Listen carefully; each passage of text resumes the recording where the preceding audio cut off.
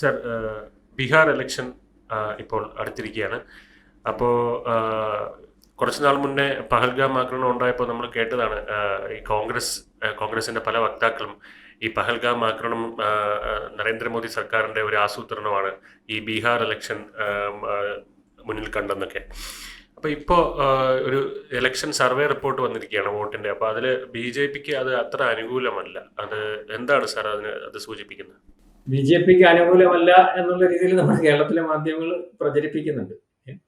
സർവേകളൊക്കെ തകിടം മറിച്ചിട്ടുള്ള സംസ്ഥാനമാണല്ലോ ഈ ബീഹാർ എന്ന് പറയുന്നത്. പല സർവേകളും അല്ലെങ്കിൽ അവിടുത്തെ സർവേക്ക് യാതൊരു വിലയുമില്ലാതെ അതിനെതിരെ വന്നിട്ടുള്ള ഇലക്ഷൻ റിസൾട്ടുകൾ അവിടെ ഉണ്ടായിരുന്നു. അപ്പൊ ഇതിനകത്ത് ബീഹാർ പൊളിറ്റിക്സിനെ നോക്കി പ്രതിപക്ഷം ഇരിക്കുന്ന ഒരു അവസ്ഥയുണ്ട്. കാരണം ബീഹാറിലെ നിതീഷ് കുമാറിന്റെ പാർട്ടിയുടെ ഒരു ഭൂരിപക്ഷം കൊണ്ടാണ് ഇപ്പം കേവല ഭൂരിപക്ഷം BJPക്ക് ഒറ്റയ്ക്കില്ലാത്തിടത്ത് സഖ്യകക്ഷികളായിട്ടുള്ള ഈ പറയുന്ന നിതീഷ് കുമാറിന്റെ കൂടെ ഭൂരിപക്ഷം വേണ്ടി വരുന്നു. അതുകൊണ്ട് ആ ഭൂരിപക്ഷത്തിലാണ് BJP കേന്ദ്രത്തിൽ ഭരിക്കുന്നത്. അപ്പൊ കേവല ഭൂരിപക്ഷത്തിന്റെ ഭാഗമായിട്ട് നിൽക്കുന്ന നിതീഷ് കുമാറിന്റെ പാർട്ടി അല്ലെങ്കിൽ NDA അല്ലെങ്കിൽ അവിടുത്തെ മുന്നണി, ആ മുന്നണി അധികാരത്തിൽ വന്നില്ലെങ്കിൽ ഓട്ടോ തിരിക്കുന്ന സ്വഭാവമുള്ള നിതീഷ് കുമാർ അധികാരത്തിന് വേണ്ടി മറ്റു പാർട്ടിയിലേക്ക് പോകാം, അന്നേരം കേന്ദ്ര മന്ത്രിസഭ തറയിൽ വീഴാം. ഇതൊക്കെയാണ് കേരളത്തിലെ മാധ്യമങ്ങൾ ആഗ്രഹിക്കുന്നതും അല്ലെങ്കിൽ പ്രതിപക്ഷത്തിന്റെ ഉദ്ദേശമൊക്കെ. അപ്പം മാത്രമല്ല, അവിടെ കഴിഞ്ഞ പ്രാവശ്യത്തെ നോക്കുമ്പോൾ നമ്മൾ ഈ പറയുന്ന ലാലുവിന്റെ മകൻ അവിടെ ഒരു സ്വാധീനമുണ്ട്. അയാൾ ചെറുപ്പമാണ്, അയാൾ അവിടുത്തെ ശക്തമായ പ്രതിപക്ഷമാണ്. അവിടെ ഏറ്റവും കൂടുതൽ എനിക്ക് തോന്നുന്നു BJPക്കാണ്. അതിനകത്ത് 2 സീറ്റിന്റെ കുറവ് മാത്രമേ ഉള്ളൂ ഈ പറയുന്ന ലാലു പ്രസാദ് യാദവിന്റെ, തേജസ്വി യാദവിന്റെ പാർട്ടിക്ക്. അപ്പം അതിനകത്ത് ഇപ്പം ഭരിക്കുന്ന അല്ലെങ്കിൽ നിതീഷ് കുമാർ എന്ന് പറയുന്ന ആളിനെ അറിയാമല്ലോ, എണ്ണത്തിൽ കുറവാണ് MLA മാർ. എന്നാലും BJP ആ സഖ്യകക്ഷി എന്നുള്ള രീതിയിൽ അല്ലെങ്കിൽ ആ സ്റ്റേറ്റിന്റെ ഒരു പ്രത്യേകത കൂടെ വെച്ചുകൊണ്ട് BJP നിൽക്കുന്നു. BJP ഇവർ ഈ പറയുന്നത് പോലെ BJPക്ക് വളരെ കൃത്യമായിട്ട് സ്വാധീനമുള്ള ഒരു സ്റ്റേറ്റ് അല്ല ബീഹാർ. ബീഹാറിൽ BJP ഇറങ്ങി പിടിച്ച് കയറി ഇപ്പോ ഒരു പരുവത്തിലായി. ഇനി അവർ ബീഹാർ ഒറ്റയ്ക്ക് പിടിക്കുന്നതിന് വേണ്ടിയാണ് ശ്രമിക്കുന്നത്. അതിന് കഴിഞ്ഞ പ്രാവശ്യം തന്നെ ബീഹാറിനകത്തെ രാഷ്ട്രീയം, അതായത് പൊളിറ്റിക്സിനകത്തൊരു പൊളിറ്റിക്സ് ഉണ്ട്.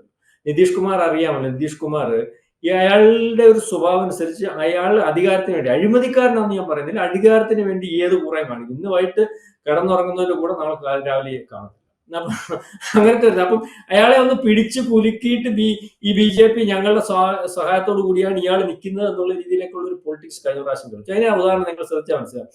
ചിരാഗ് പാസ്വാൻ, രാംവിലാസ് പാസ്വാന്റെ മകൻ, അവിടെ ഈ സോഷ്യലിസ്റ്റ് പാർട്ടിക്ക് വലിയ സ്വാധീനമുള്ളതും അല്ലെങ്കിൽ ഈ പിന്നോക്ക വോട്ടുകൾക്ക് അല്ലെങ്കിൽ ജാതി വോട്ടുകൾക്ക് വലിയ സ്വാധീനമുള്ള ഈ UP കഴിഞ്ഞാല് അല്ലെങ്കിൽ UPക്കും മുമ്പിലാണോ നമുക്ക് പറയേണ്ടി വരും. അപ്പോൾ രാംവിലാസ് പാസ്വാൻ അവിടെ ഒരു 6% വോട്ടുണ്ട്. ഇപ്പൊ അത് കൂടിയിട്ടുണ്ടെന്നാണ്. രാംവിലാസ് പാസ്വാൻ കഴിഞ്ഞ പ്രാവശ്യം രാംവിലാസ് പാസ്വാനെ മാറ്റി നിർത്തി, മകനെ ചിരാഗ് പാസ്വാനെ മാറ്റി നിർത്തി. ചിരാഗ് പാസ്വാൻ പറഞ്ഞു, ആര് മാറ്റി നിർത്തിയാലും എന്റെ ആൾക്കാര്, അമിത്ഷാ എന്റെ ആളാണ് നരേന്ദ്രമോദി.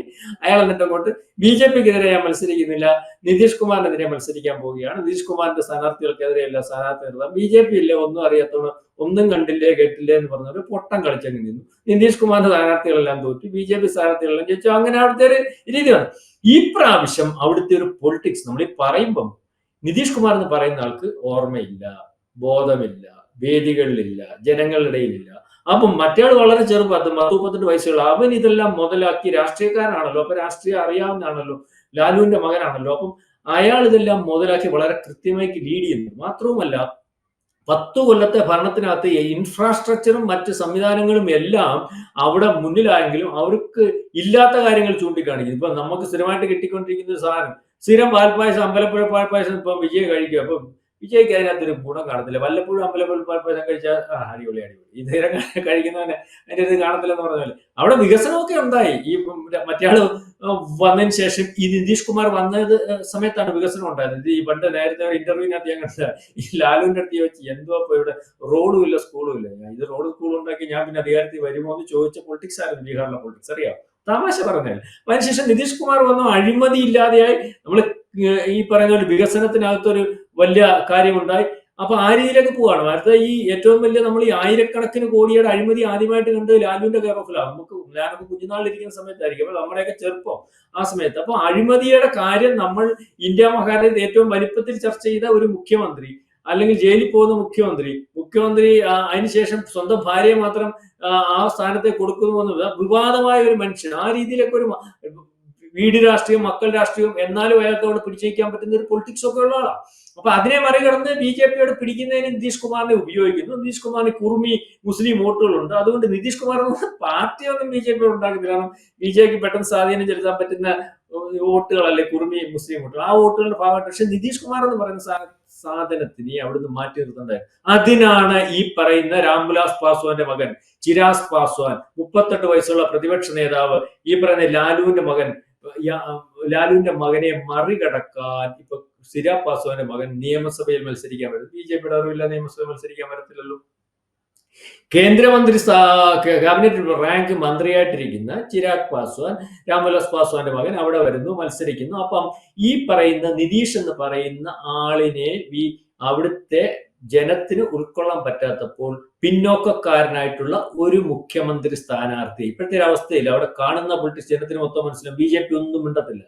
BJP പറയും, ആൾക്കാർക്ക് തോന്നത്തില്ല ചിരാഗ് പാസ്വാൻ വരുമ്പോൾ ഓട്ടോമാറ്റിക്കലി നിതീഷ് കുമാറിന് ശേഷം ചിരാഗ് പാസ്വാൻ മുഖ്യമന്ത്രിയാകും, അല്ലെങ്കിൽ അങ്ങനെയാണല്ലോ, BJPക്ക് ഭൂരിപക്ഷം ഉള്ളപ്പോഴും ഇപ്പൊ നിതീഷ് ആണല്ലോ മുഖ്യമന്ത്രി.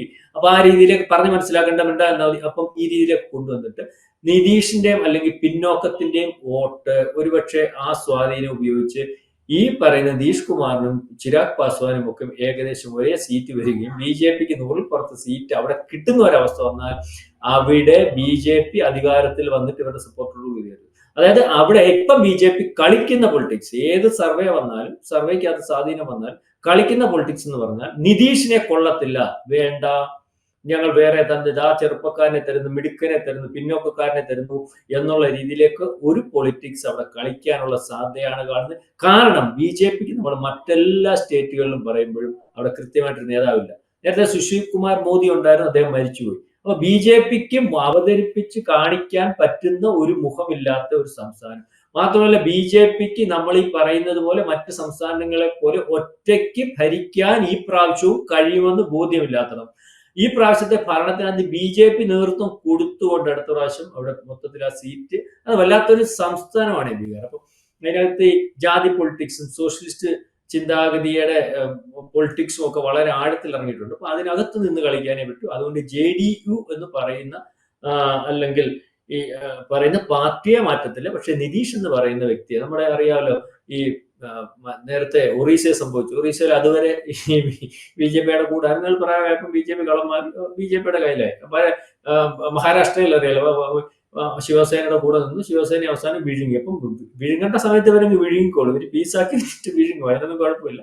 അപ്പൊ ആ രീതിയിലേക്ക് ബീഹാറിലും ആ ഒരു പൊളിറ്റിക്സ് വരും. അപ്പം ബീഹാർ ഇലക്ഷൻ കഴിയുമ്പോൾ ഈ പറയുന്ന മാധ്യമങ്ങൾക്കൊക്കെ ദുഃഖിക്കേണ്ടി വരും. കാരണം അത്തരത്തിലൊരു പൊളിറ്റിക്സിലേക്കാണ് പോകുന്നത്. കാരണം ഇതിനകത്ത് പ്രധാനപ്പെട്ട 2 അജണ്ട BJPക്ക് ഉണ്ട്. BJPക്ക് ജയിച്ചേ മതിയാവും. പിന്നെ നമ്മൾ നേരത്തെ പറയുന്നില്ല, ഒന്ന് നമ്മുടെ ഈ വഖഫ് നിയമ ഭേദഗതിക്ക് ശേഷമുള്ള ഇലക്ഷൻ, രണ്ടാമത് സിന്ധുവിന് ശേഷമുള്ള ഇലക്ഷൻ. അപ്പൊ ഈ രണ്ടിന്റെയും റിസൾട്ട് വായിച്ചെടുക്കാൻ പറ്റുന്ന ഇലക്ഷനായിട്ട് പ്രതിപക്ഷം അതിനെ കൊണ്ടുവരും, അതാണെങ്കിലും അല്ലെങ്കിലും. അപ്പൊ അത്തരത്തിലുള്ള ഒരു പൊളിറ്റിക്സിലേക്ക് BJP വമ്പൻ കളിയാണ്. നിതീഷ് കുമാറിന്റെ യുഗം അവസാനിക്കുന്നു, അല്ലെങ്കിൽ അത് തീരുന്നു എന്ന് വേണം ഇപ്പോഴത്തെ BJPയുടെ നീക്കത്തിൽ നിന്ന് നമുക്ക് മനസ്സിലാക്കാം. കൂടുതൽ വാർത്തകളും വിശേഷങ്ങളും നിങ്ങളിലേക്ക് എത്താൻ ABC മലയാളം സബ്സ്ക്രൈബ് ചെയ്യുക, ബെൽ ബട്ടണും അമർത്തുക.